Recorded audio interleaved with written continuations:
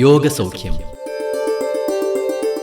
എന്നീ പരിപാടിയിൽ യോഗയും പൊണ്ണത്തടിയും ഇതേക്കുറിച്ച് സംസാരിക്കുന്നത് ഡോക്ടർ വൃന്ദാജി നായർ. ശരീരത്തിൻ്റെ ബോഡി മാസ് ഇൻഡെക്സ്, അതായത് ശരീരത്തിൻ്റെ ഉയരത്തിന് ആനുപാതികമായ ശരീരഭാരത്തിൻ്റെ സൂചകം 30 മുകളിലാണെങ്കിൽ അതിനെ ഒബേസിറ്റി അഥവാ പൊണ്ണത്തടി എന്ന് പറയുന്നു.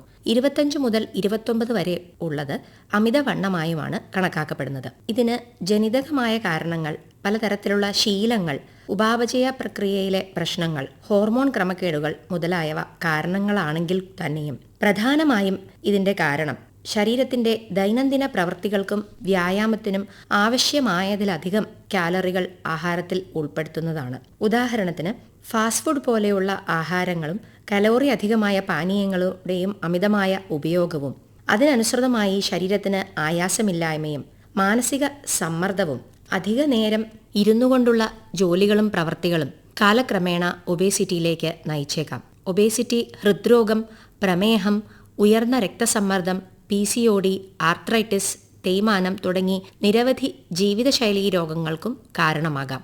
യോഗ സമഗ്രമായ ഒരു ജീവിതശൈലിയാണ്. സ്ഥിരമായി യോഗ അഭ്യസിച്ചാൽ അത് മനസ്സിന്റെ പിരിമുറുക്കം കുറയ്ക്കാനും നല്ല ശീലങ്ങളിലെ സ്വീകരിക്കാനും ഉപാപചയം അഥവാ മെറ്റബോളിസം ക്രമീകരിക്കാനും സഹായിക്കുക വഴി ഒബേസിറ്റിയെ തടയുന്നതിൽ വളരെ ഫലപ്രദമാണ്. അമിതവണ്ണമുള്ളവരിലും ഒബേസിറ്റിയിലും സൂര്യനമസ്കാരം അഭ്യസിക്കുന്നത് ശരീരഭാരം ക്രമേണ നിയന്ത്രിക്കാൻ വളരെ ഫലപ്രദമാണ്. പരമ്പരാഗത യോഗയിൽ നിന്നും വ്യത്യസ്തമായ എന്നാൽ വളരെ ഫലപ്രദമായ നല്ലൊരു ഡൈനാമിക് അഥവാ ചലനാത്മകമായ വ്യായാമം കൂടിയാണ് സൂര്യനമസ്കാരം. ആലസ്യം, നിദ്രാലസത മുതലായവയെ അകറ്റി രക്തചംക്രമണം മെച്ചപ്പെടുത്തി മനസ്സും ശരീരവും പുനരുജ്ജീവിപ്പിക്കാനും ഉന്മേഷഭരിതമാക്കാനും ഉതകുന്ന ഒന്നാണ് സൂര്യനമസ്കാരം. എല്ലാ സന്ധികൾക്കും പേശികൾക്കും നല്ല അയവ് വരുന്നതിനാൽ തുടർന്ന് ചെയ്യുന്ന യോഗാസനങ്ങൾ, പ്രാണായാമങ്ങൾ, ധ്യാനം മുതലായവയുടെ പരമാവധി ഗുണങ്ങൾ ലഭിക്കാനും സൂര്യനമസ്കാരം സഹായകമാണ്.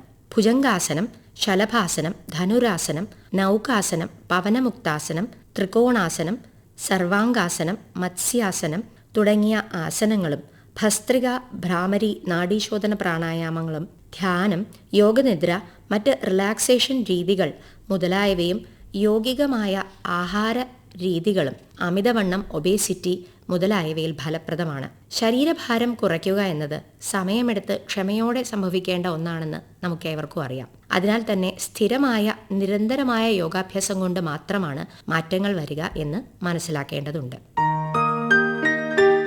യോഗയും പൊണ്ണത്തടിയും ഇതേക്കുറിച്ച് ഇതുവരെ സംസാരിച്ചത് ഡോക്ടർ വൃന്ദാജി നായർ.